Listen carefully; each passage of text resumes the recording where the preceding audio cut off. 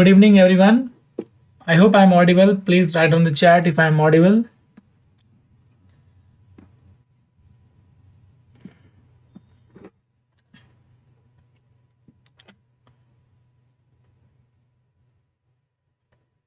Okay, thank you. So, I welcome you all to the second day of our training machine learning using Python. So in the last class, we have discussed about the Python basics for Python, which is required for the machine learning. So I hope you all have gone through that and you don't have any doubts in that Python part. If you have any doubts or any questions, you can ask me at the end of the session. Yeah. So today we will be discussing about the array, Numpy array. We'll discuss about the Numpy package and we'll discuss how can we create an array using Numpy.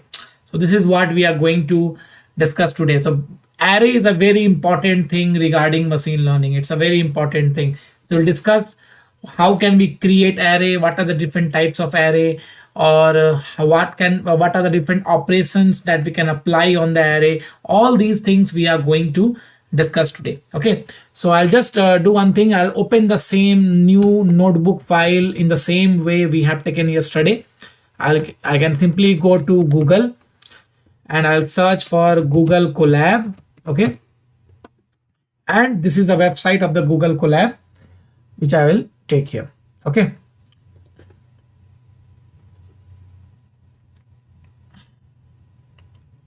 okay, so that's a pop-up window that you will be getting when you create a new Google Colab file. So simply I can click on new notebook from here. Okay,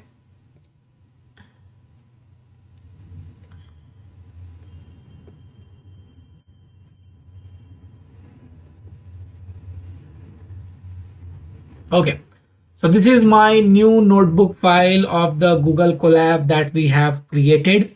Now here we are going to start the code. Okay, so I hope you all are ready. Yeah, so give us a thumbs up on the chat. Let me see. I hope everybody is ready now. Okay, fine. So first of all, I'll change the file name. So I'll give the file name as, let's say, day2 and Numpy array. Okay, and share this video to your friends so that they can also join this session, because today I can see very less number of participants joining. So share this to your friends and colleagues so that they just tell them to come here and join. Okay, okay, so Numpy array. Now first of all, I would like to ask you from from your side, what do you know about Numpy? One thing I told you that it is used for array. Any other thing that you know about Numpy?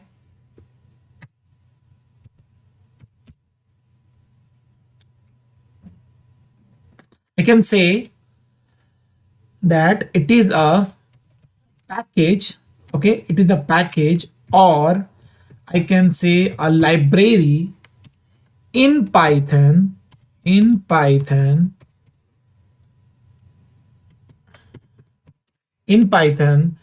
to perform operations, mathematical operations on array.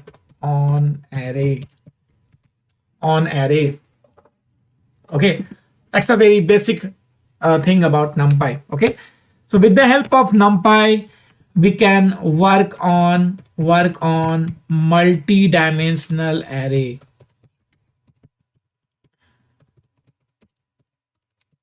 With the help of Numpy, I can work on multi-dimensional arrays. Okay, like multi-dimensional means 1 dimension, 2 dimension, 3 dimension, like this. Okay. See, I told that yesterday also. Those who are getting my blur screen, please change your video quality. Change that video quality. Okay, make it to 720p or 480p. Your screen will be better. Okay, fine. The third thing, as I told you, we work on array. Now, how can you define an array? A group of homogeneous data. A group of homogeneous data. That is basically called array. Okay. Now, we'll discuss how to create array. But before that, Yesterday there was some participant, I don't remember the name of that student, who asked me that is array and list same in Python. If you are present here, just tell me. Somebody asked me yesterday that are this list or array is same in Python. I told you that there is some difference. Okay, and that difference I am going to tell you now. Okay.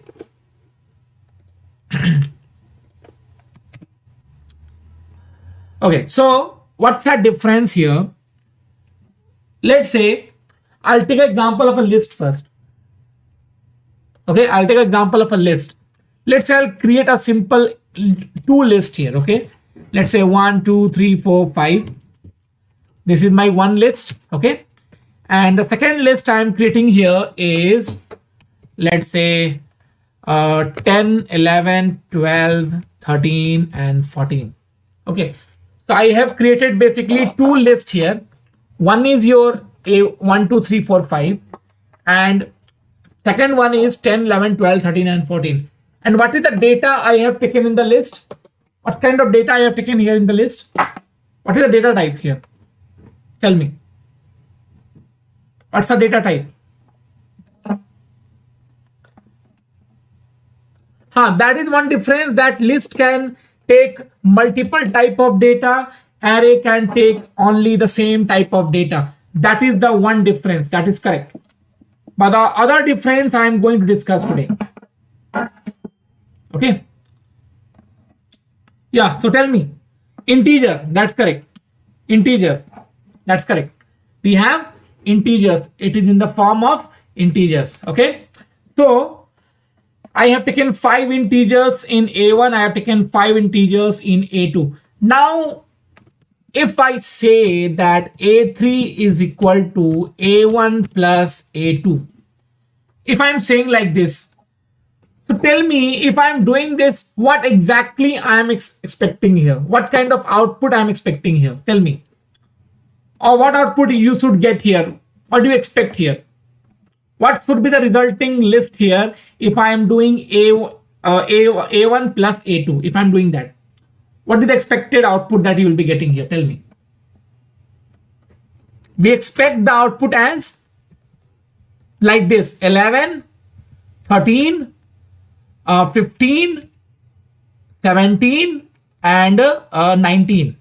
This is what we are expecting.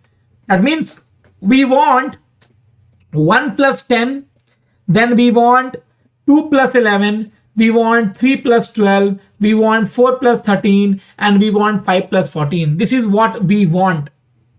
But actually, when we do this, we will not get this. Now see what we will get this here. If I print this A3, you will get this one. So basically, the items will not be added. It will be concatenated. It will be concatenated. So in the list, I cannot perform the mathematical operation directly. I'm not saying that I cannot do this thing in the list. I can do that.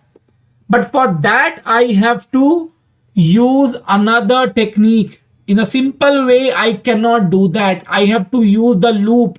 And one by one, I have to read all the items of the list and then add all the items. So that means you have to use one extra thing, that is the loop. Without loop, you cannot do it. But if you take this data as an array, then we can directly add that. So how to take this in the form of array? So for that, first of all, we have to import the Numpy library. So import Numpy as NP. Import Numpy as NP. Here as NP means wherever we have to use this Numpy, I will simply use NP in the place of that. So here NP, you can call this NP as an alias, as an short form. Okay. So if I run this now my Numpy is imported. So now if I want to take the same thing as an array, what I can do is I can write here np.array. And in the bracket, whatever data you will be passing here, this data will be converted into array. Okay, so if I write here again np dot array, again this data will be converted to array. Now this a1 and a2 is my array. If you see the type of a1, let me show you. You can see here numpy dot nd array. Nd array stands for n dimensional array. It can be any dimension. Okay. I forgot to share the link of this file. I'll share the link. Just give me a minute.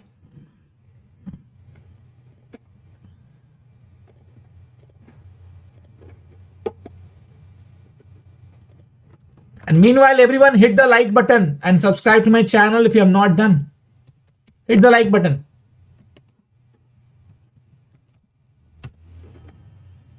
Okay, I'll pin this message. Okay, you can take the link from the chat. I have pinned the message on the chat for this one. Okay. Okay, fine. So now we created an array. Now if I do this, a3 is equal to a1 plus a2. And now if I print a3, you can look here, we got the data that we expected.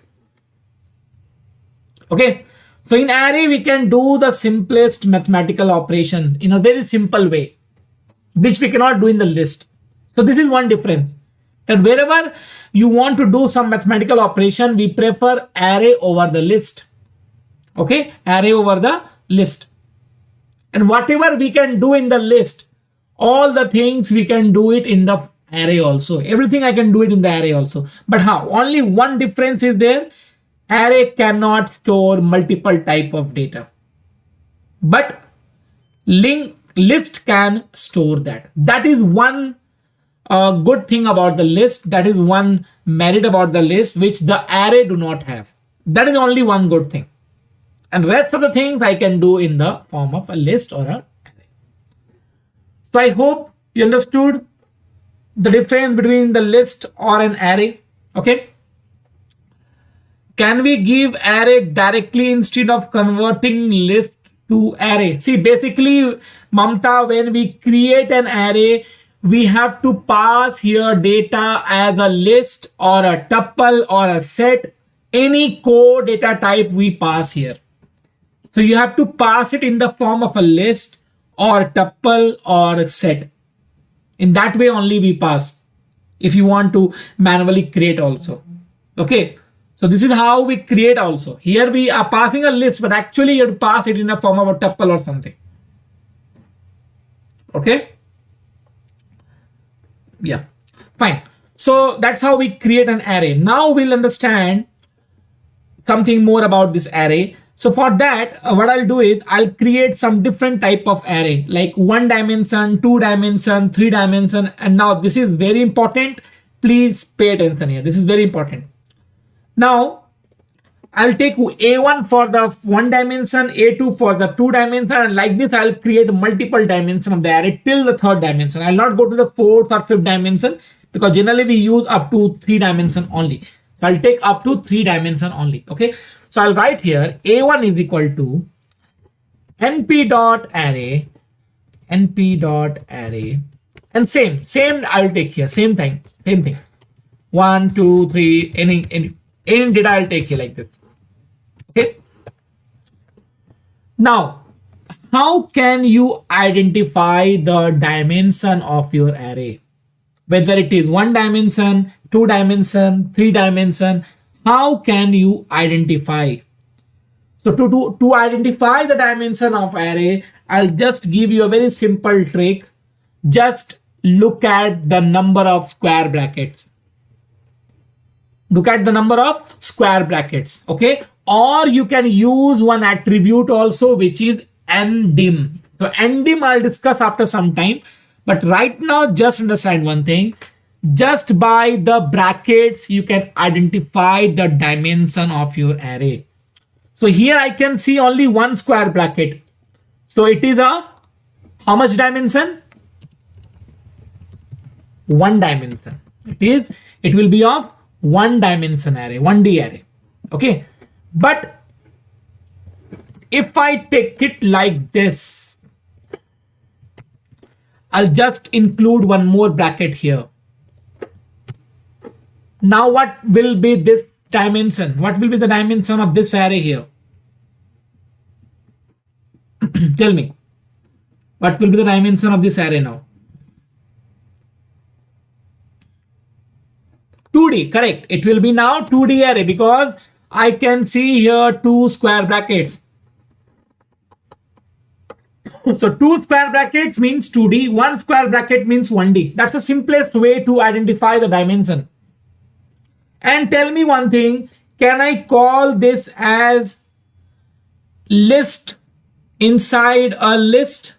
Can I call this as list inside a list or nested list? Can we call that nested list or a list inside a list? Can we call this? Yes, definitely. We can call that. Right? So this is 2D array. Now, if I take like this, then tell me whether it is 2D, 1D, 3D or whatever. Let's say I'll take comma and like this. Now I have taken the array like this. Now tell me what would be the dimension of this array here. Tell me. What would be the dimension of this array here now? Just see the number of square brackets and just tell me. It's very simple. Very simple to identify. Yes, correct. Same, 2D. No, Kevin, no, it's not 4. You don't have to count total square bracket. You just have to count the starting and the ending one. Just remember this. Not total. The starting and the ending one. So starting is 2 only, na? In the starting, I can see only 2. So it's 2D array. Those who are writing 3 and 4, please understand this, okay? Just see the starting bracket here only. Here I can see only 2 square brackets. So it's 2D. It's 2D. But what is the difference here and what is the difference here, that I'll explain after some time. Okay. Now if I take, let's say A4 is equal to, and I will take it like this. Now tell me what is the dimension of this array here.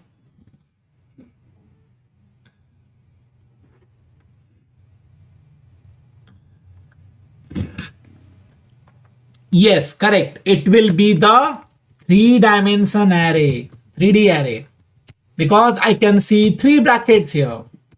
Good. 3 brackets. So by the number of square brackets, you can easily identify the dimension. Okay. No, it's not missing. See, I can see here 3 square brackets here and 3 square brackets here. Where it is missing? Okay. So now if I run this, my array will be created. So I have created 4 arrays now. Now, as I told you that it is 1D, it is 2D, it is 2D, it is 3D. Now let's verify this. Let's verify this. So to verify this, I can use A1 dot endim. A1 dot endim. So endim is used to get the dimension of your array. So now if I check for all the 4 arrays, look here, we got 1, we got 2, we got 2, we got 3. 1 dimension, 2 dimension, 2 dimension and 3 dimension, as I told you. You can see here. Okay. So by the number of square brackets, you can easily identify the dimension of your array. And how? Make sure, remember one thing, the number of items everywhere should be same. If you are taking here 5 items, here also it should be 5. Here also it should be 5. You cannot take different items. If you will take different items, it will not create the multi-dimensional array. It will be 1D array only if you will take different number of items. Okay. The concept of dimension is basically in the case of images. When we are going for the 2D images, a 2D array, then it will be a black and white image. And when we are going for the 3D array, it will be a color image where we have three colors, red, green, and blue.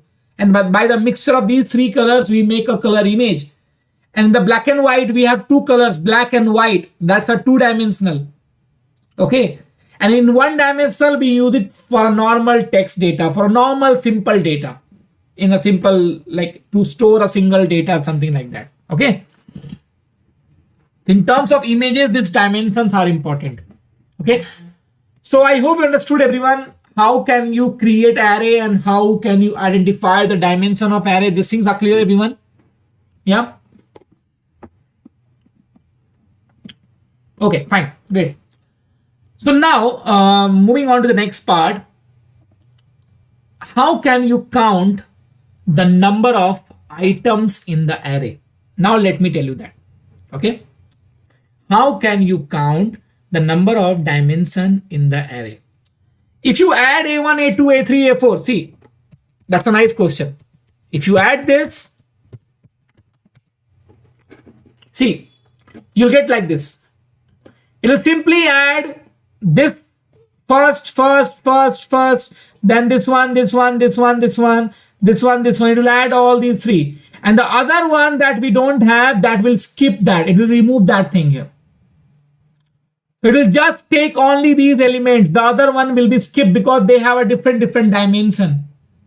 So if we have a different dimension, it will make it to one dimension, that is a 3 dimension only. And it will have only this kind of items. So the other items, we have here 3 only. So it will add all these to the same item, because we have a different dimension. It will not return error.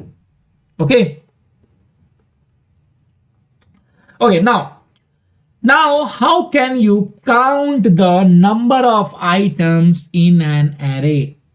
How can you count the number of items in an array? Now this is very important because here you may get confused if you don't pay attention here. Okay. I think it is properly visible. I have zoomed a lot. Just tell me, everyone, I hope it is.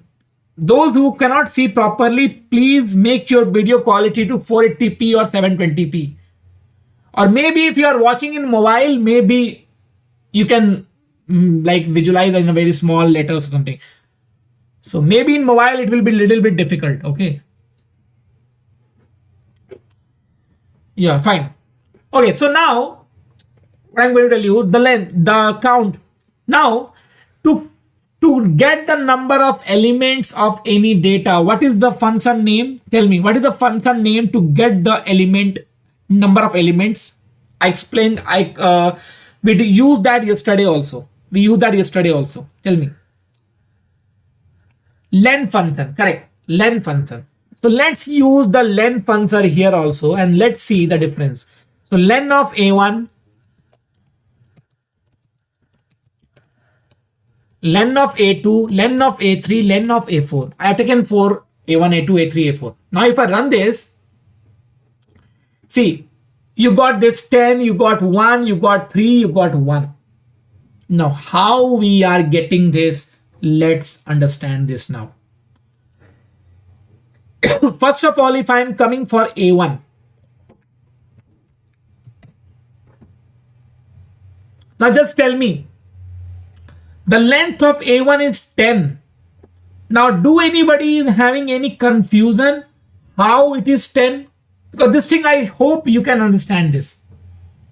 You can easily understand how it is giving you 10.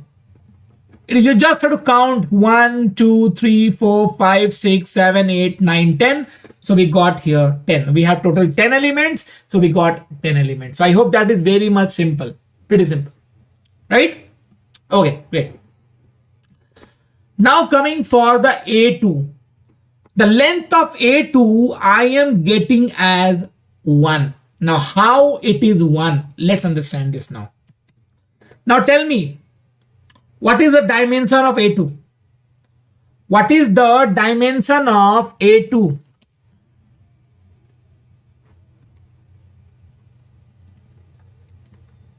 Two dimension, correct. It is a 2 dimension.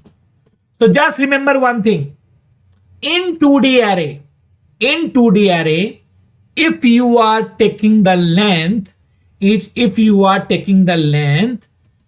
so it will give you number of 2 minus 1D array.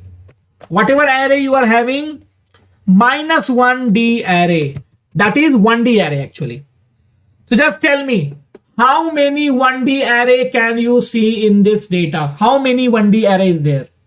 1D array means this is 1D array. This one square bracket. This is 1D array. So how many 1D array we are having? Only one 1D array we are having, right? So we are having only single one 1D array. And that is why it is giving you 1. That is why it is giving you 1. Now let's look for A3.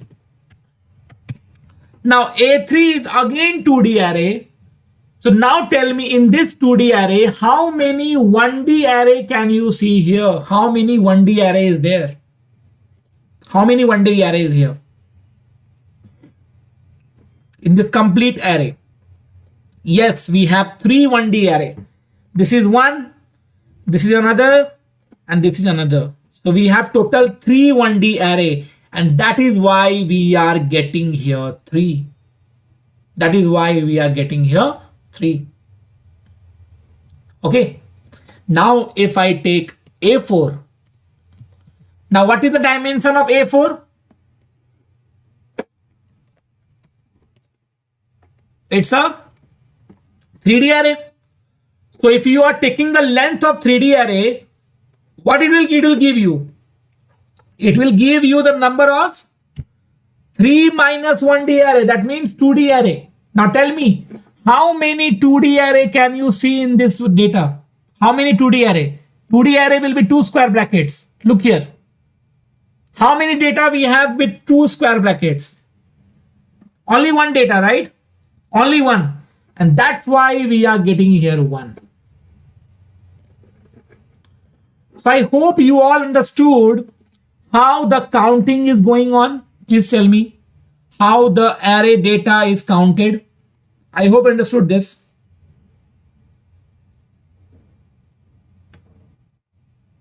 Okay. That's how we count the array data. Okay. Fine. Now moving on to the further part, we got the length. The next one is the shape attribute.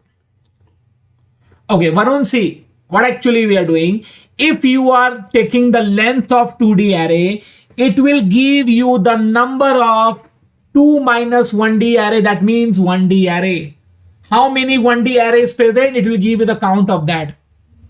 If you are taking the length of 3D array, it will give you the count of 2D array. If you have 3 2D array present, it will give you 3. If you have 1 2D array present, it will give you 1. That's all. Okay. Now the next one is the shape. Print A1 dot shape. Now this shape is again very important. So A2, A3, A4. Now this is the shape that we got here. Okay. Now just look at the length that we got. 10, 1, 3, 1. 10, 1, 3, 1. And in the shape, this is the data that we got. Now, do you see any similarity anywhere in these two? Any similarity anywhere? And where is the similarity? Here the length is 10, 1, 3, 1. And look at this data and tell me, where is the similarity? Yes, the similarity is in the first data, in the first one. See here, 10, 1, 3, 1. So it is just common. So just remember one thing, that the shape will, in the shape, the first data, what is the first data represents here? What is the first data represents here? the number of items, the number of items, the length of the array. That's the first data represents here, the length of the array. Okay. Then if you have the other element, let's say here I'm having, here I'm having, here I'm having, other than the first element, that will be the shape of each element. That will be the shape of each element. Now let me do it. Let me explain this again. I know you will be getting confused. Let me do it again. The first thing, it will give you the length of the array. That is fine. You understood this. Now whatever you are getting in the next one, that will be the shape of that array. Shape of that element. Shape of that element. Now here we have 1D array, so we got only 10. That is fine. But what is this one? What is this one? What is the count? Which count is this one? Tell me. Whose count is 1 here? What is 1 represents here? Can I say that this 1 is the total number of 1D array? Can I say that? Yeah, because I'll tell you that. Wait for some time, I'll tell you that. Can I say that it is giving you the total number of 1D array? Fine. So now if I ask you, tell me the shape of that 1D array. So what you will say in that case? Tell me. If I ask you, tell me the shape of this 1D array. So what you will say? We already calculated the shape of 1D array in the previous code here. So it's 10. That's why we got here 10. That's why we got here 10. So have you understood this? This is the total number of items and this is the shape of each item. It means that in each 1D array, we have total 10 elements. In each 1D array, we have total 10 elements. That's the meaning of this. Okay. Same thing here. It represents that we are having total 3 1D array. 3 1D array. And in each 3 1D array, how many elements are there? We are having total 10 elements. 10 elements. So I hope the shape is clear till here, everyone. Please tell me. I hope the shape is clear. Okay.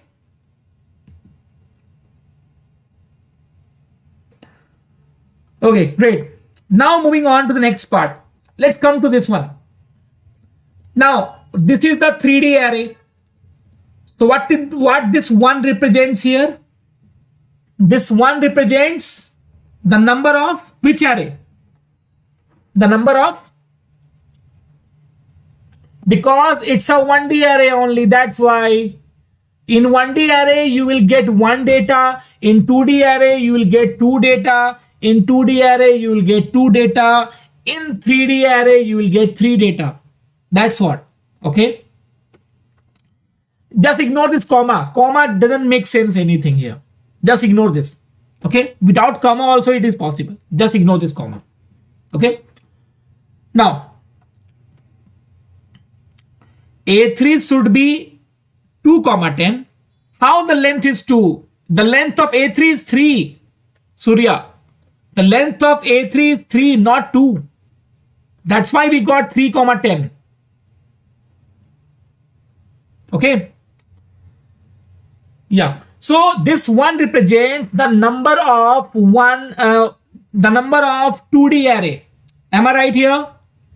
The number of 2D array here. Now if I ask you what is the shape of this 2D array, so what you will say?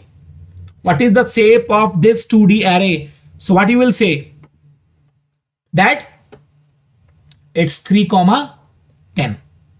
So we got that 3 comma 10. 3 is the number of 1D array in this array.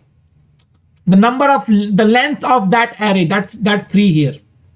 Okay. So I hope you understood everyone about the shape. Shape is clear, everyone. Please confirm this. Okay. Now for your better understanding, in the case of 2D array, just understand one thing.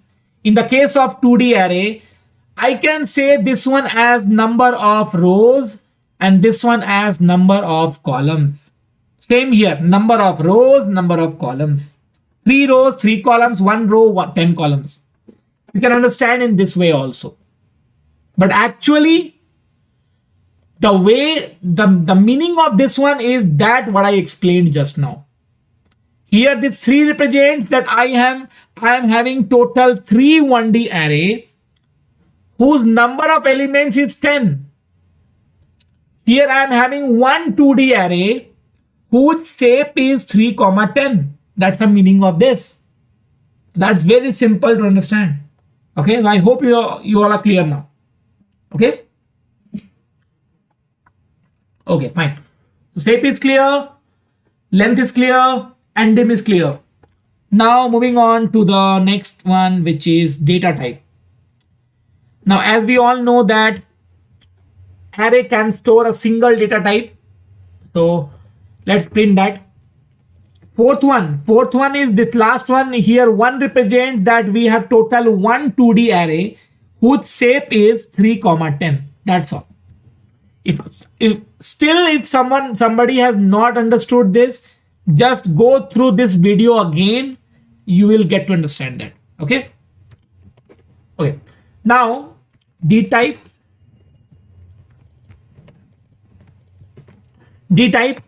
If I run this D type, you can see here I got integer 64-bit for all these 4 because we have taken integer data only. So here 64 means 64-bit.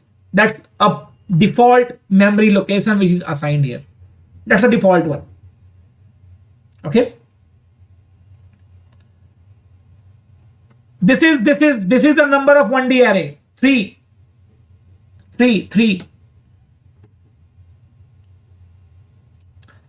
Mamta will come to the matrix after some time. Okay. We'll come to the matrix after some time. Okay, now this is done. Okay, one of you asked me, how can I fetch this 3 from here? No, that is the default one. You can take 32 also. I'll tell you how to convert that later on, just after some time. Okay. Okay. Yeah, we can stack that number. If you want to stack this 3, you can write here. See, a4.shape will give you this one. 1, 3, 10. So if I want this 3, I can write here 1. So you got here 3. So 0, 1 and 2. So this is the index 0, this is the index 1, this is the index 2. So if I write here 1, I'll get 3. If I'll write here 2, I'll get 10. Okay, and if I write here 0, I'll get 1. So like this, you can extract that. Okay. Okay, fine. So we got data type. Now, this is how we create array, and this is how we get the information about the array that we have created. Okay. Now coming to the how can you generate random arrays?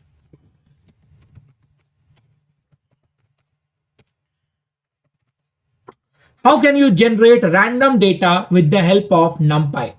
Now that's very simple to do. To generate random data from the Numpy, we write here np.random.randint. Randint because that means that it generates integers. Okay.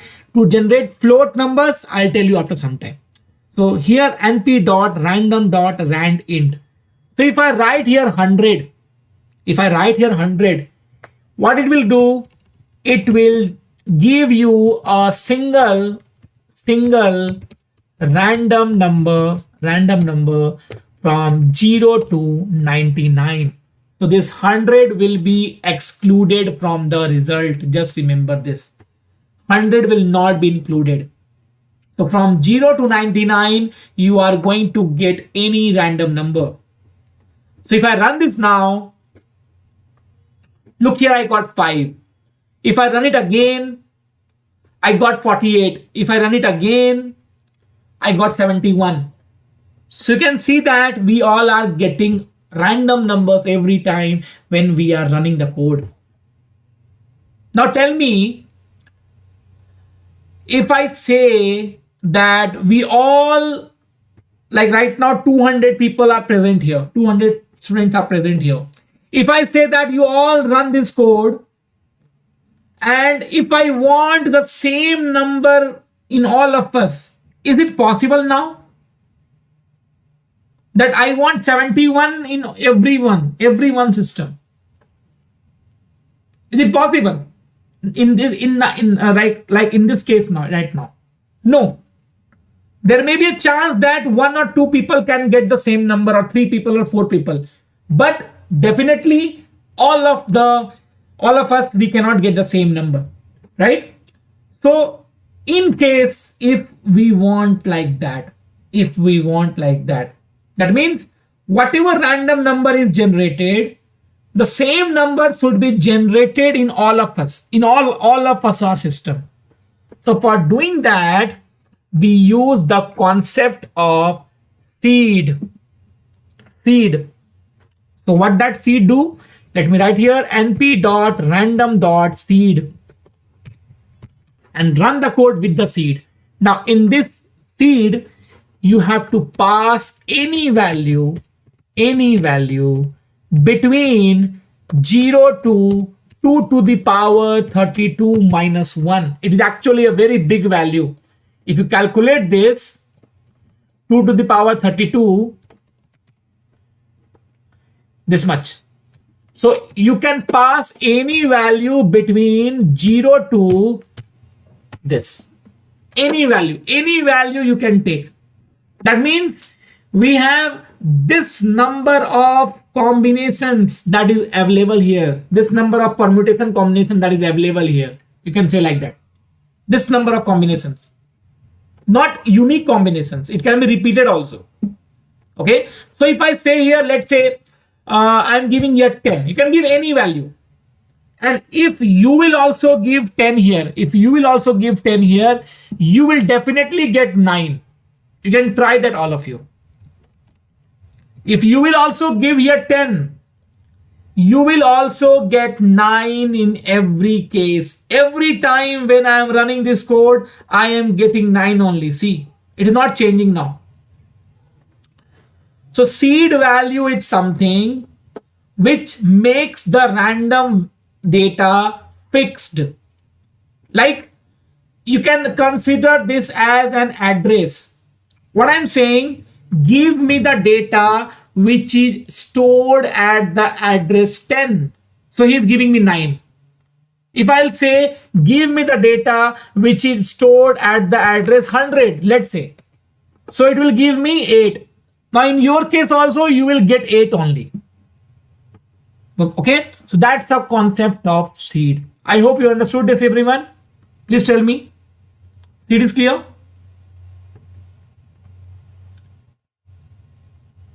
Okay.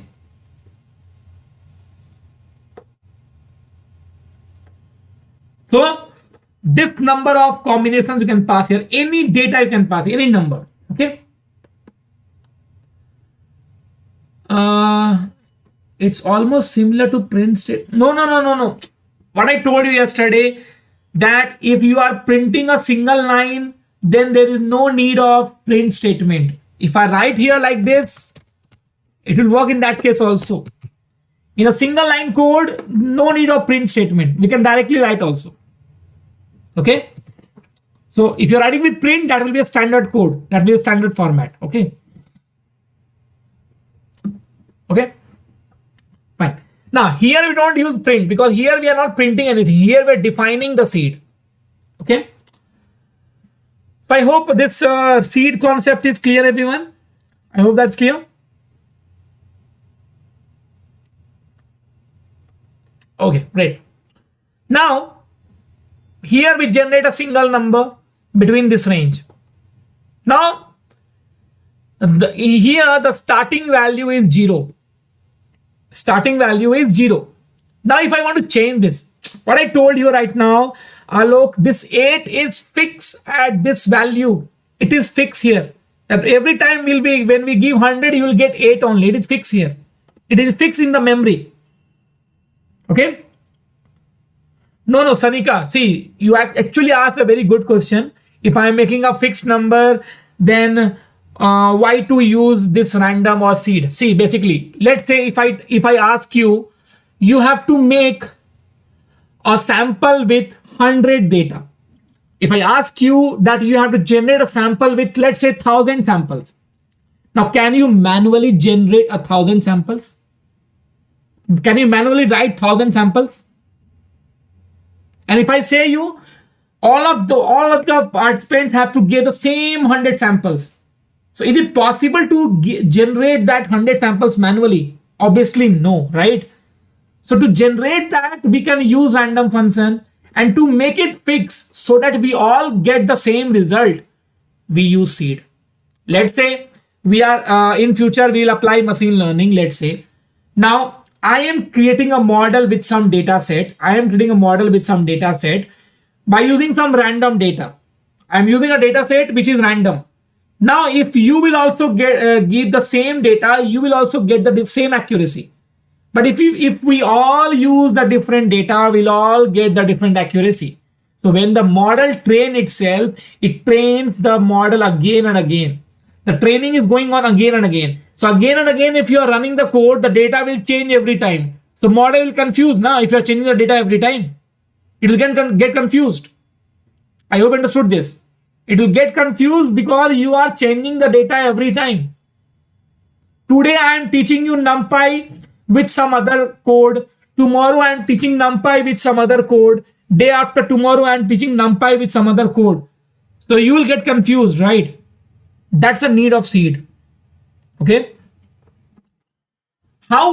This is fixed in the memory. That is fixed here. You all will get 8 only every time when you run the code. If you run this after 10 years, then also you will get 8 only. That is fixed in the memory. Okay. Fine.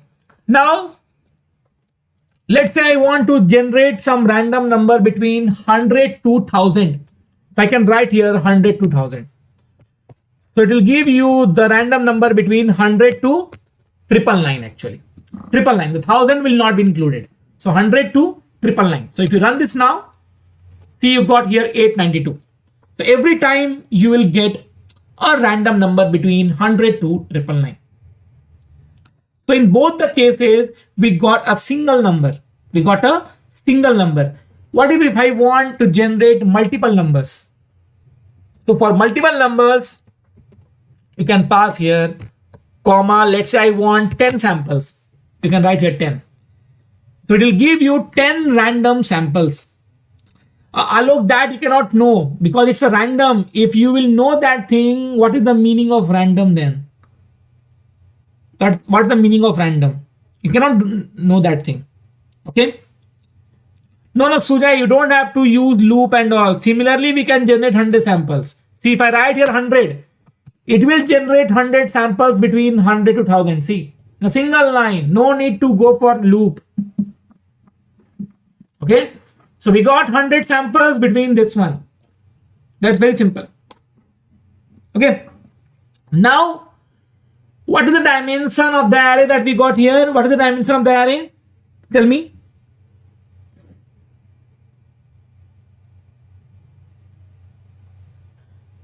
One dimension, correct? It's a one dimension. And why it is giving you one dimension? Because here we passed a one value only. A single value, 100 only. That's all. If I pass here, let's say in the bracket 5 comma, let's say 5 comma 5, then what kind of array it will generate? Tell me, what do you feel? If I'm saying 5 comma 5, that means it will generate 2D array, not 1D, 2D array of 5 cross 5. See, We got a 2D array of 5 cross 5. See, 5 data, 5 in each 5. We got 5 samples, 5 cross 5, 5 rows, 5 columns. You can generate 3D array also. Let's say I'll say here 3 comma 5 comma 5. That's a 3D array. See, we got 3D array. So like this, you can generate random arrays, whether it is 1D, 2D, 3D, any dimension. Okay, so I hope this thing is clear, everyone. Now in all these random data, what is the data type that we got for all these array? What's the data type that we got here?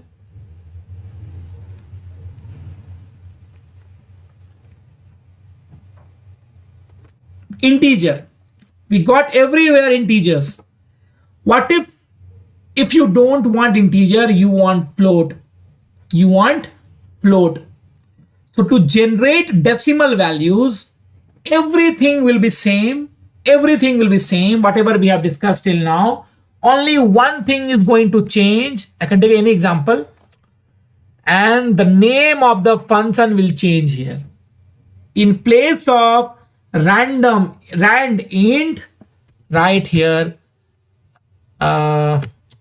uniform. Yeah, why not? You can use seed anywhere.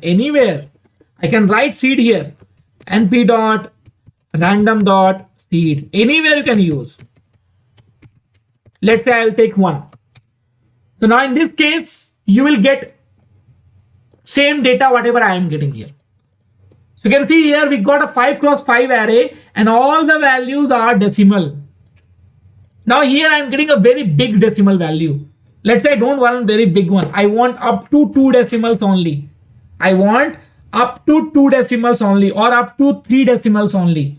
So for that, you can use a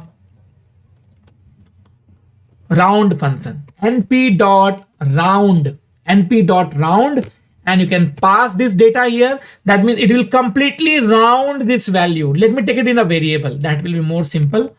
So a is equal to this.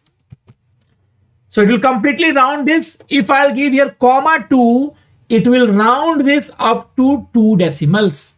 So if I run this now, look here. Now I am getting the data up to 2 decimals only. See, that's the meaning of round.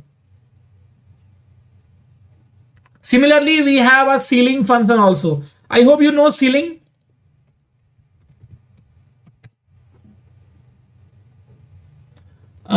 Just a minute.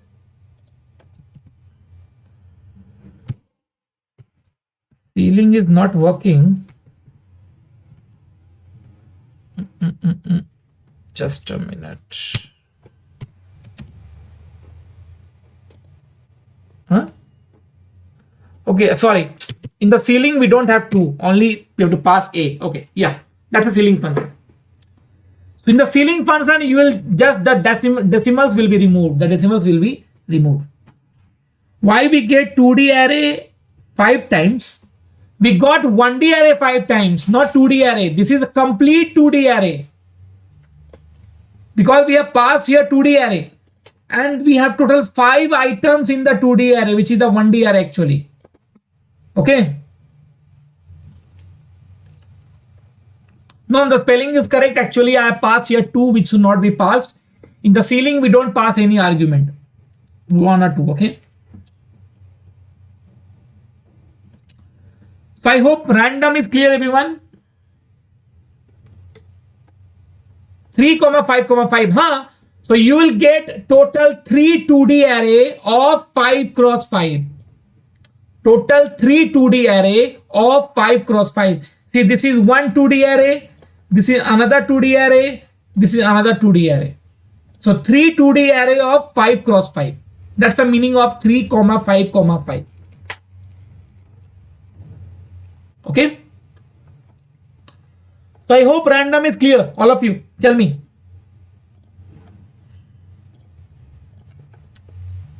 Okay. Yeah, fine. All of you, please hit the like button. Click on the like button, everyone. Only 99 likes I can see. Click on the like button. Make it 200. 200 people are watching right now. Make it 200. Click on the like button. Okay. And 3D array. And 3D array means what?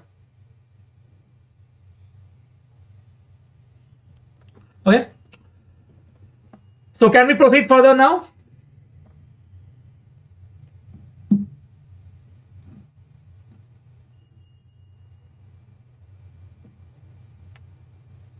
Okay, great.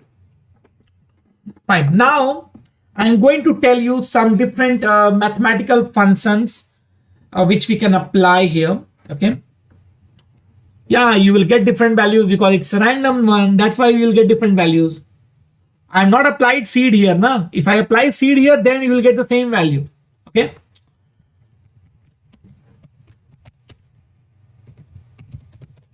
Array functions.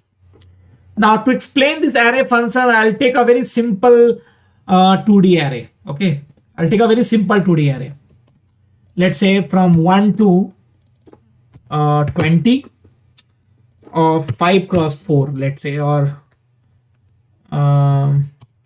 let's say 8 cross 6. 8 cross 6. Okay. Okay. So this is the wait, let me take it in the form of integer. Okay, so here what I've done here, I generated one random array on which we will apply different function. Okay, before function, first of all, let us understand the slicing. Array slicing. Now yesterday I covered that slicing in the string. I hope you remember that, right? But here the slicing will be little bit different. Now, whatever I'm going to explain now, take it as a universal rule. If you understand in that way, you can do the slicing of array very easily, very easily. So what you have to do is, first of all, let us define it in a variable. Let's say ARR. ARR is a variable. Let's say, okay. I'll print this ARR. Okay. Now, for the slicing, just remember one thing. In the string, I told you about a single colon, right? But here, one colon, comma, another colon. You have to understand about two things here. One colon, then another comma, then another colon. Now, the first colon, this one represents rows, represents for the rows, and second one represents for the columns. So if I simply run this code, do you know what I will get here? Anyone can tell me what I'll get here if I simply run this code? Yes, we'll get the whole array, complete array. Nothing will be sliced out. The complete array I'm getting here, see. Okay. Now, let's suppose I want 7, 19 and 6, 15, 19 and 5, 14, 10 and 10, 18, 9 and 14. Understood what I'm saying? I want 7, 9 and 6, 19 and 6. I want 15, 19 and 5. I want this and I want this. That means I only want these 4 rows and these 3 columns from this array. That is only I want here. So first of all, we will go for the row slicing. So tell me, if I want this one, what is the index of this row? What is the index of this row? We have total 8 rows here. First row, second, third, and like this. So what is the index of this one here? Okay, I got one answer also. Okay, we'll check that whether it is correct or not. Yeah, it is 2, correct. So I'll write here 2 colon. Now tell me, I want till here. So what is the index of this row?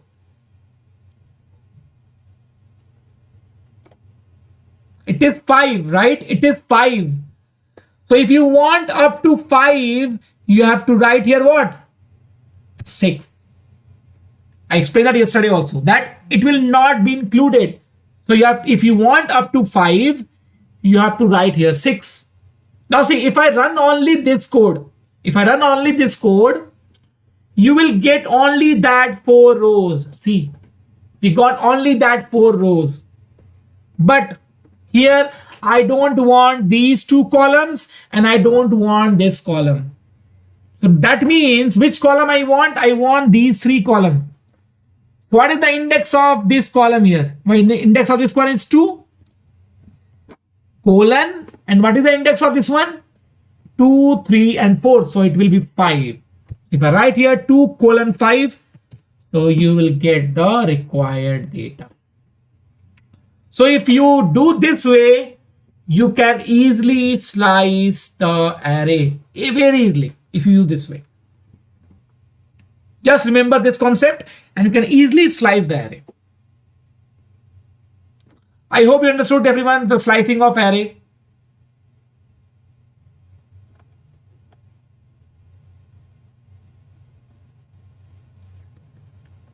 Okay. Now, let me ask you a question. Tell me, if I want only this 19, I want only 19, just 19, a single value 19.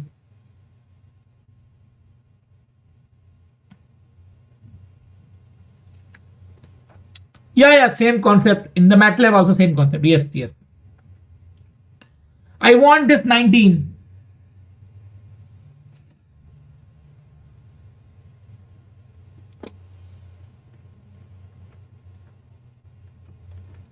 Three colon 4, 3 colon 4. Okay, I got one answer. 3 colon 4, 3 colon 4. Let me check this.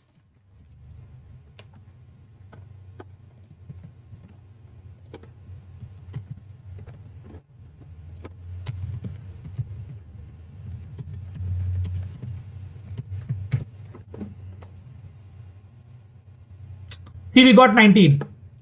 But remember one thing. When you are going for the single data, single value, don't use colon. Simply write the row number and column number. So what is the row number of this one? 3. And what is the column number? 3. So I can write here 3, 3. That's very much simple. And you will get 19. No, 4 colon 4 will not be correct. 3, 3. Okay. So I hope this is clear, everyone. The slicing of array is clear. Okay.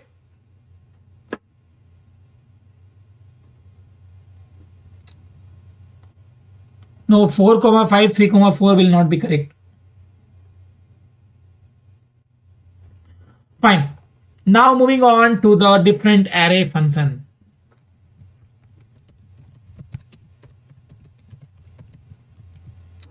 So I'll take the example of same array, ARR. Okay, so this is the array that we are having here. Now, the first function that is related to the mathematical operation is ARR. Okay, let me print this. Print ARR dot sum. ARR dot sum axis equal to 0 and ARR dot sum axis is equal to 1. Now let's understand this. What is the meaning of this? Now see, if you are writing simply sum, it will take the sum of each item. Everything will be added. 6 plus 12 plus 13 plus 9 plus 10 plus 12 plus 6. Everything will be added. Everything. So you got that 509. Okay. But if I'm saying axis equal to 0, now can anybody tell me what is this I am getting here if I am writing axis equal to 0? How many elements we got here? Just tell me how many elements we got here.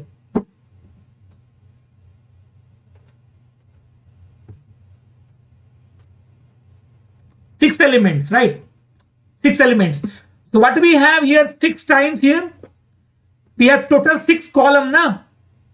So it is actually the column wise addition. Column wise, not row wise. That means this 67 is the sum of first column. That means 6 plus 6 plus 8 plus 12 plus 18 plus 2 plus 11 plus 4. That's your 67. Okay. This is the sum of the second column. Same third column, fourth column, fifth column, sixth column. Now what is this one? It is the row wise addition. This is the sum of the first row. First row means this one. Okay. So if you are writing x is equal to 0, it will do column wise. If you do x is equal to 1, it will do row wise. Okay. So I hope it's clear. Similarly, if you want to calculate the mean, simply write here mean to calculate the average.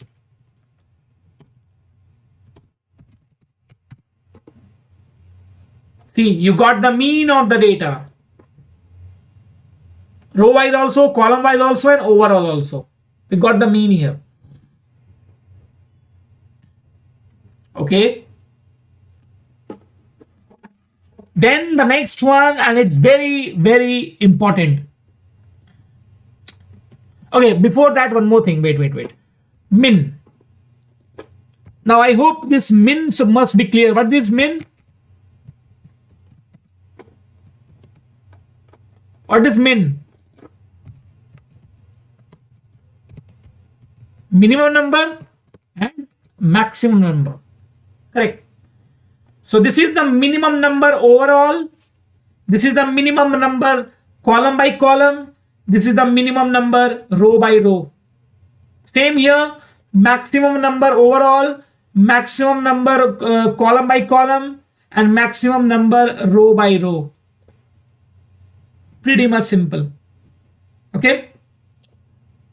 So we have min, we have max, and now the very important thing that we use so many times in machine learning, which is your ARG min. Now what is this ARG min? ARG min and ARG max.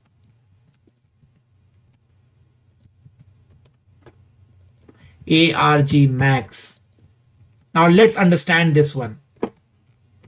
ARG min and ARG max. Now see, for the ARG min, I am getting 8 for the overall array. Now what can be this ARG min or ARG max? Average minimum. No, it's not the average minimum. It gives you the position of minimum number. That where your minimum number is lying, where it is present, and it gives you the position of maximum number. Okay, that means, see here I am getting the position of minimum number as 8. And what is the minimum number that we have in the array? It was 1. So if you count here, 0, 1, 2, 3, 4, 5, 6, 7, 8. So we got here 8. And what was the maximum number? The maximum number was 19. So if you count here, this was 8, 9, 10, 11, 12, 13, 14, 15, 16, and 17. So that's why we got here. Okay, we got 15. Okay, here also we have minimum number. Sorry, 15. See, maximum number. So we got 15. So it will give you the position of the first maximum or first minimum number in that array. That is the use of arg max or arg min. For that, see, for that you have to read one by one all the items and you have to use the loop if you want to do it for all one. We cannot do it in a single data. Okay, in a single code it cannot be possible. Okay,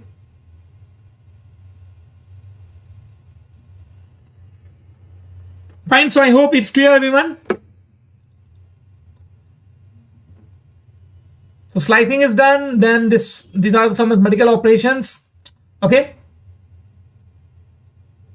Now coming to the next function, which is used to change the shape of the array, or which is used to change the dimension of the array. Change shape or dimension. Right now, what is the shape of this right now?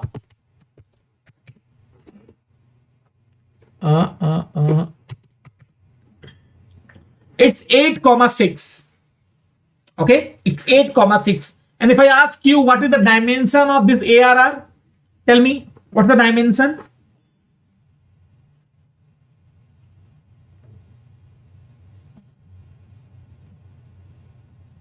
(2D) correct. So just tell me, if I want to make this as one dimension, so what would be the shape of this array? If I want to convert this into one dimension, what would be the shape of that array?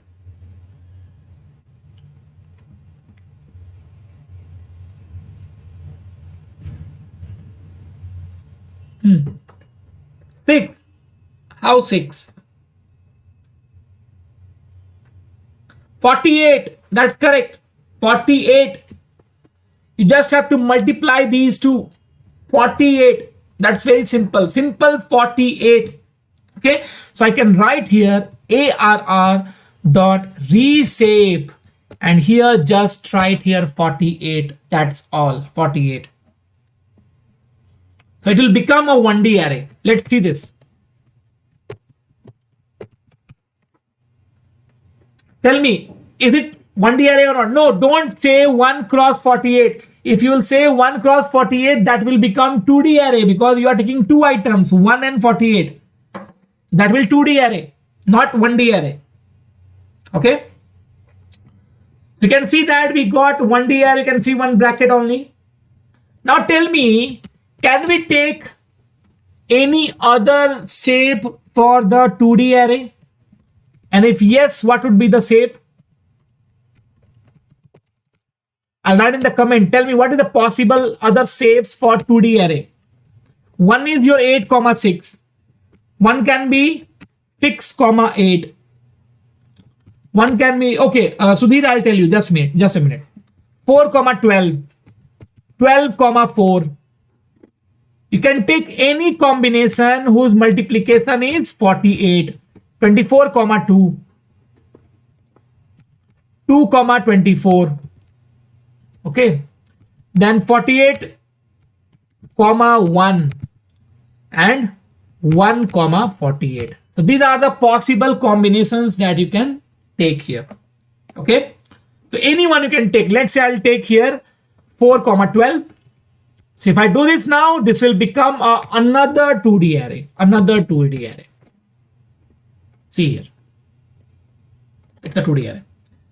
Now, one of you asked me, Sudhir, how can you know that this is 48 without looking to this?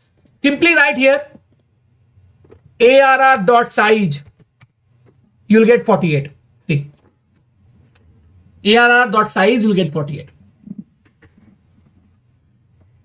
Size will give you the total number of items, total number of data, you can say.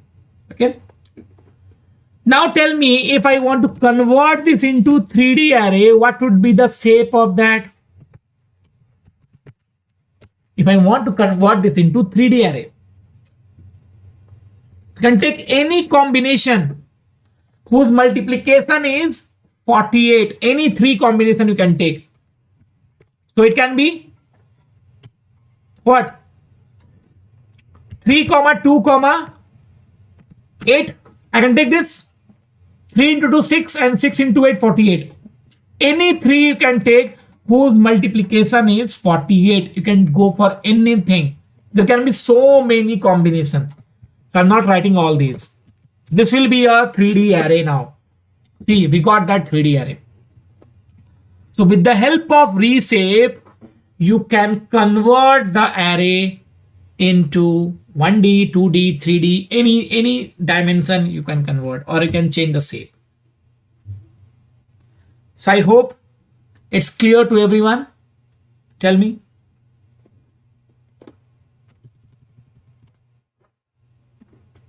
That's how we change the shape.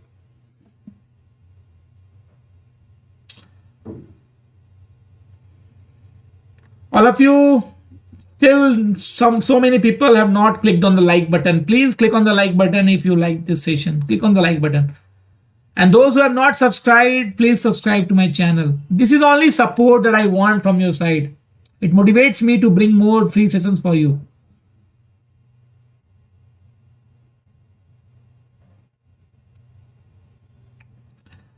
Okay, so can I proceed further now?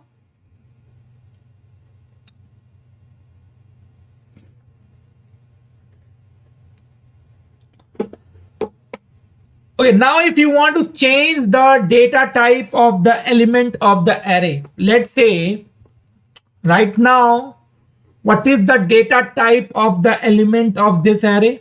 What's the data type right now?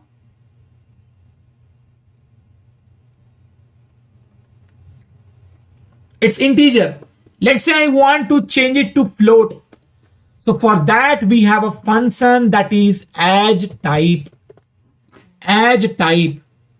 Using as type, you can convert the data type. So if I write here float, it will convert to float. You can give here 32-bit, 64-bit, whatever you want, you can give it here. So this will be a float data type. You can see here now we got decimals. We got decimals after every data. That's a float one.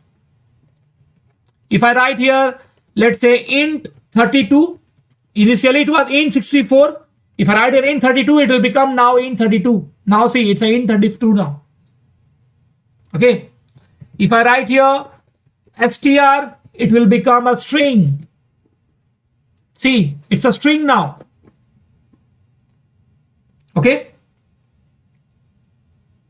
See, every programming language has its own importance. Okay. So in Java, we cannot use Java for machine learning. This is one difference. In Java, machine learning is not possible. In Java, you cannot create web application through Java. JavaScript is there, not Java. Java is not used for the web application. Python can do that. You cannot use Java for the data analysis. Python can do that.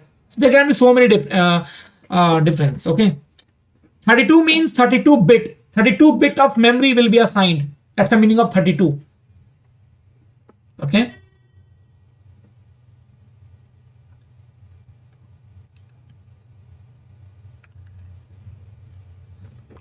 So that's how we change the data type of the array. Okay.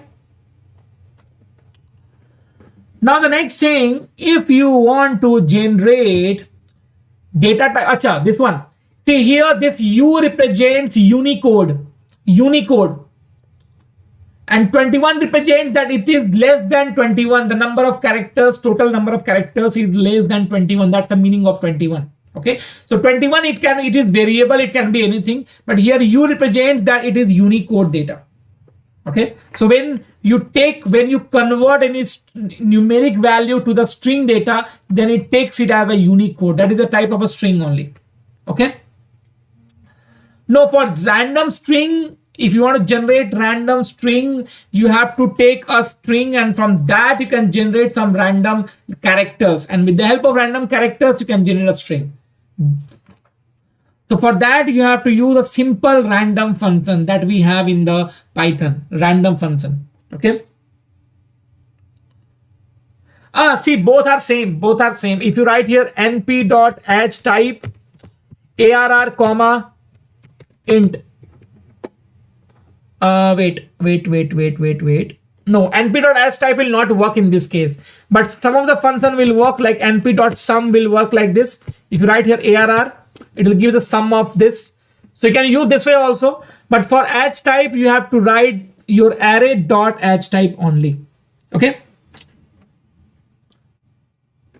Object, we can call this as an object of a Unicode string, we can call that. Yes. Okay. Yeah, because we have converted that into integer 32. That's why you are getting here data type as integer 32. Okay.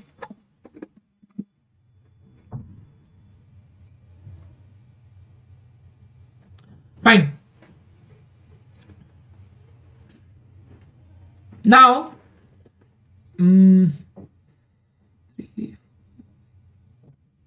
okay. Now I'm going to tell you how can you create some standard matrices. Okay. No, Mona, see, basically, if you will do this, you will get this U only. Maybe you are printing ARR with this. See, if you do this, it will not modify your array. Your array will not be modified. Okay. So if you will run this code, it will not modify your array. You have to store that in a variable like ARR is equal to this. Then it will be modifying your array. Like this. Okay. That's why maybe you are getting the previous one only. Or you are writing multiple code in a cell. That may be also the reason. Okay. U21, U represents Unicode and 21 represents the number of characters that it can take. That's the meaning of Unicode, U21. That's the type of a string only. Okay. Unicode data. No, for random string, we don't use in Numpy. Numpy random string because Numpy is only for the numeric data only, not for the string. For that, you can use random function. Okay. Random function for using Python. Normal random function. Okay. Now, what I was saying, yeah, standard matrices. So let's say if I want to generate zero matrix. Now, what is zero matrix? Anyone?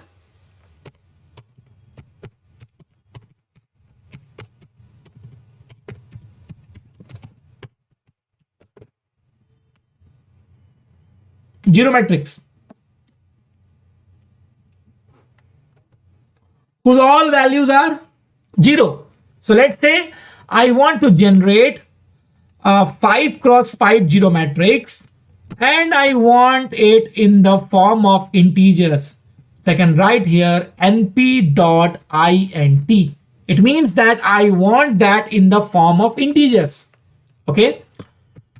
So you can see that, wait, let me write here uint. It is giving me a warning that it is now depreciated. So I'll write here uint, which stands for unsigned integer. Okay. And let me give it as 8-bit. Okay. Now you get that. You can see all the values are 0. If you write here np.ones, it will generate a ones matrix. Okay. It will generate a ones matrix. Can we convert number into letters? No. There is no code function for that. You have to manually define that.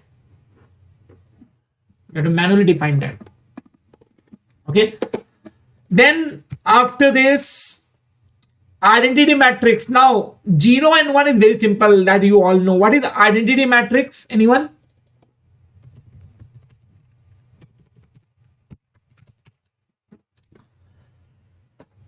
Identity matrix.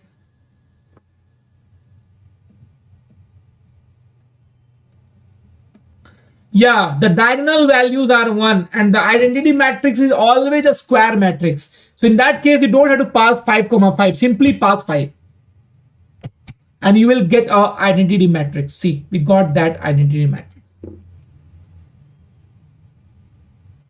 So this is how we generate simple standard matrices using Numpy. So am I clear, everyone? Tell me.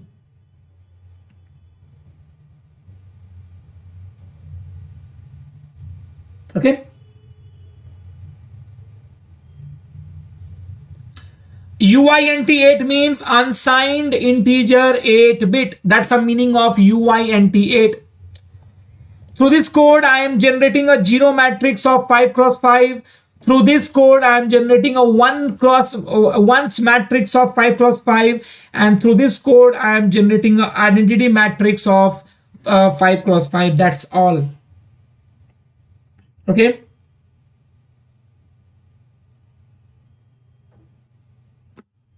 Okay.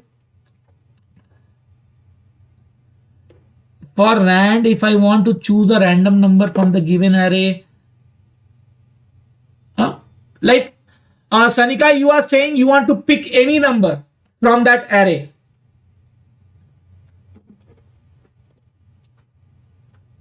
That can be done using pandas. In the pandas, I'll explain that. Okay. In the pandas, I'll explain that. Okay. Now, one last thing. Like so many of you have asked me that thing. So let me tell you that thing here. Like you are asking for the random string, right? Now for the random string, we cannot do with the help of Numpy. We have to use a random function, which is a part of Python only, simple Python. It's a random function that we have in normal Python. So using random, you can do that thing. So for that, what we do here, let's say, you have to define a string. So let's say my str, and here you have to define all the characters that you want to use it in a random one. So let's say I'll include all the characters, everything.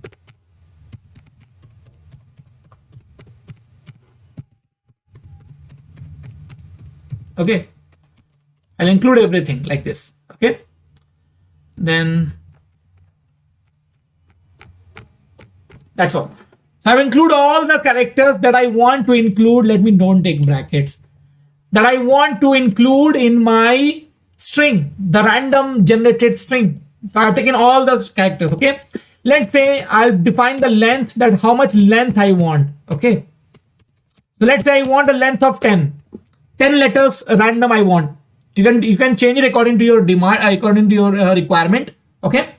Then let's say random underscore string. Now the random string that we want to generate is, now see what do we do here? We write here random dot sample. Now in this random dot sample, we will pass here my string, my str, comma 10, comma length, how much length you want. Okay. Now see, if I print this random string, what you're getting here? Now look here, what we got here? We got 10 random data from this one. See, if I run this again, you will get another 10. See, another 10 we got here. Another 10 we will get here. Now, tell me what is the data type that we got here? What's the data type of this? That will be done in the image processing part, Dr. D.R. Solanke. So it is not a part of this training. We'll see that in some other training. Okay. Yeah, wait for some time. I'll give the attendance form. Wait. Yeah, it is a string, but I'm talking about this complete data. I'm talking about this complete data.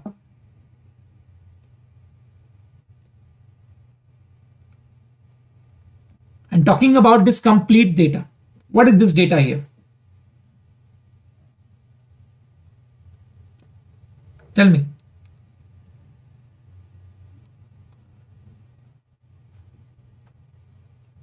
No, all of them are string only, not integer. Everyone is having a single quotes. Is it not a list here?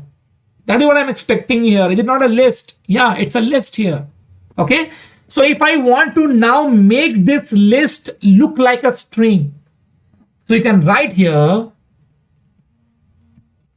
double quotes, a blank dot join, and take this in the bracket.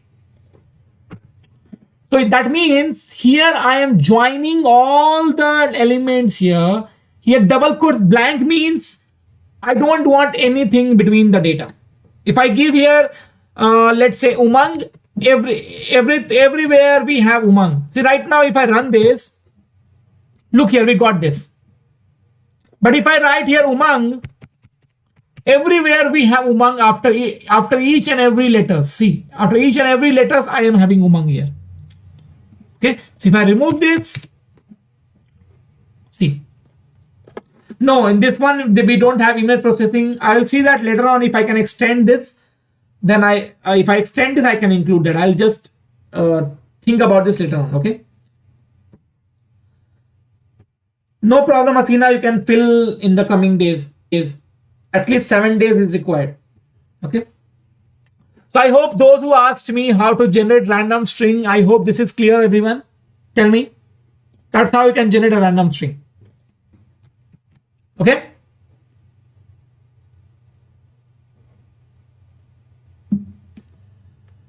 You are everywhere. Thank you so much. Okay, so that is all for this day 2 session where we discussed about the arrays and NumPy. And in the next class, we will discuss about the pandas and matplotlib. No, not pandas only right now. I think matplotlib first of all, we'll do matplotlib and then we'll go for the pandas. So tomorrow we'll discuss about the data visualization using using matplotlib or Seaborn. Okay. So I'll request you all, please hit the like button. Those who are present here, everyone hit the like button, make it at least to 200 or 250. Okay. And subscribe to my channel if you have not subscribed. Now I'll provide the attendance link. You can go and fill the attendance form. And then you can come back and you can ask your questions if you have any questions. Okay. What is happening?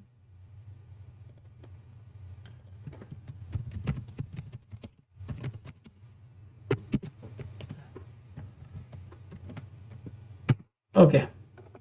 You can take the form from the chat. I have given the link of the form in the chat. I have pinned the chat also for the attendance. You can check it now. For the attendance, this is the attendance is for the certificate. Now on the last day there will be a quiz also. So on the basis of quiz and the attendance, we'll provide the certificate.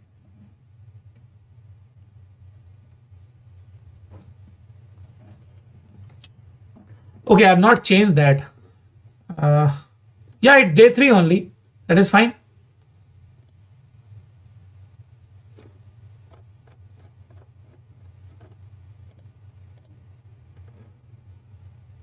Oh, sorry, day 3. Oh, sorry. I'll change it. Yeah. No problem. Just fill it. Just fill that form. That's okay. Just fill that form. That's okay.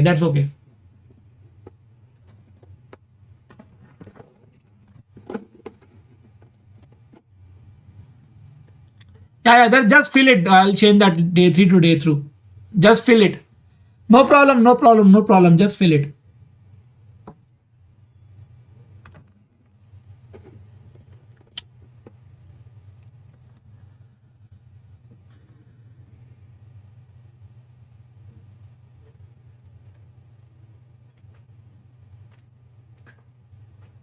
Yeah, thank you so much.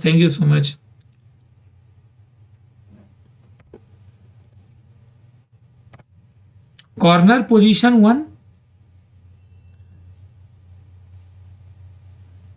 Yeah, Ritu, correct. Thank you.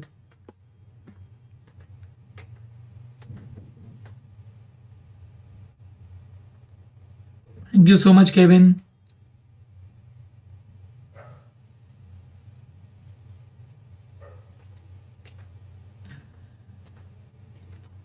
See, Bhakti, this is also a part of ML only. In ML, the data, working on data is very important. So you have to understand first how to work on data. Okay.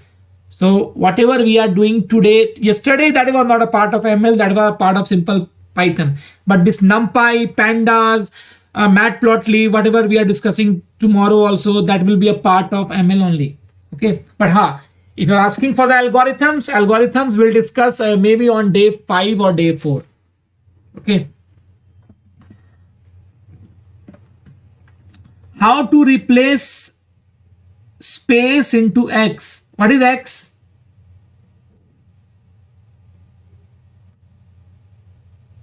Sudhir, what is X you are talking about?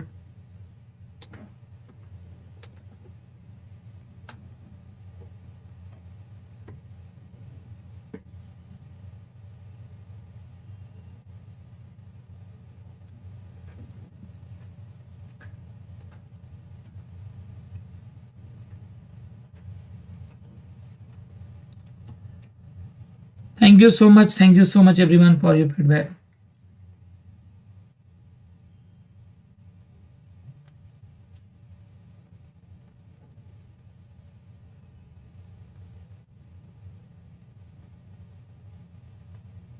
See, basically, Mona, you are getting two values now, 1 and 10. So you're getting two values, 1 and 10. So it's a 2D array. If you'll get three values, 3D array. Okay. Yes, Tapsi, after just 5 minutes, when I will end the session, I'll provide the collab link in the WhatsApp group. You can take it from there. Okay.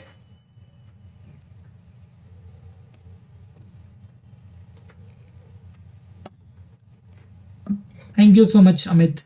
Thank you so much. Okay, anybody is having any questions? Have you all filled the form?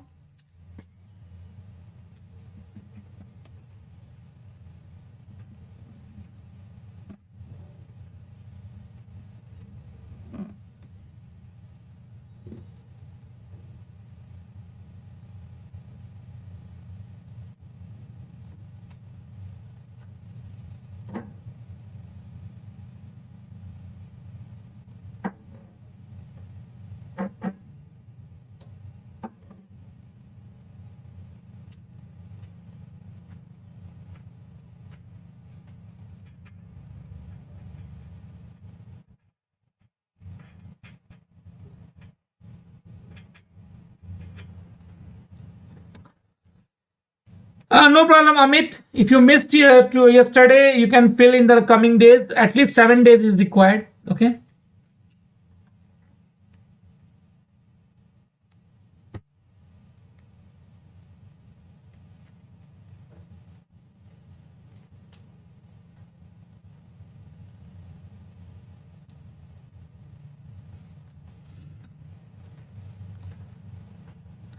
See, basically, Sangeeta, if you are asking for a fresher, if you want to start your career in data scientist, first of all, you have to improve your statistics first. Statistics, then Python. Python must be improved. Statistics must be improved.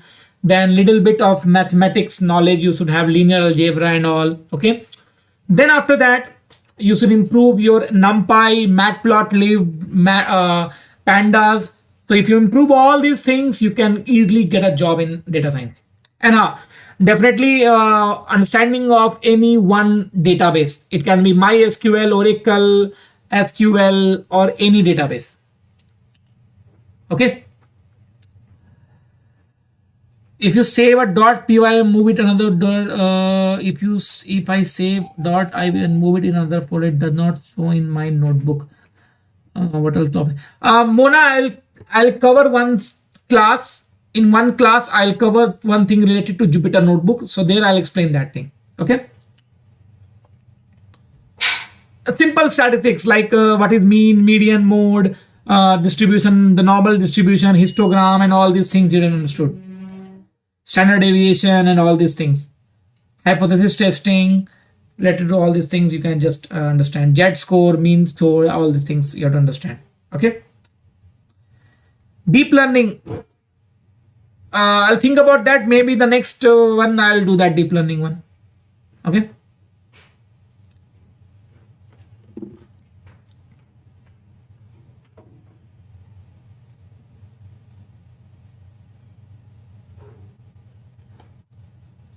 PySpark is a library. It's a library to create or write APIs. in Python. Okay, you can call it as a framework. Any day I can do that. You see, basically what you have to do is, I'll tell you. Basically, let's say that this is the folder where your notebook file is having. Let's say this is the folder, this Python folder, where your Jupyter notebook file, IPYNB file is mentioned here. So you just have to do one thing. Just go to your address bar and here you type CMD and press enter. Now this is the command prompt that you got here. Now just type here Jupyter space notebook and press enter. So it will open the Jupyter notebook in the same folder.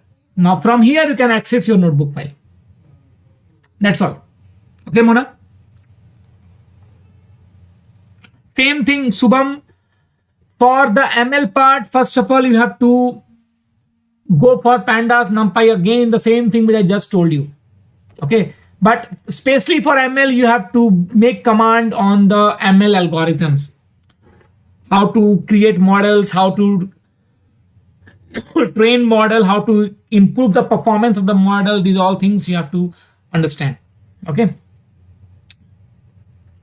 Okay, so thank you. So I hope you all have filled the form. So I'll see you in the next class. Okay. And tomorrow I'll discuss about pandas and matplotlib and Seaborn to display the data on the different graph. Okay. And thank you so much. So good night, everyone. Take care. And I'll see you tomorrow. So bye and stay safe. Bye.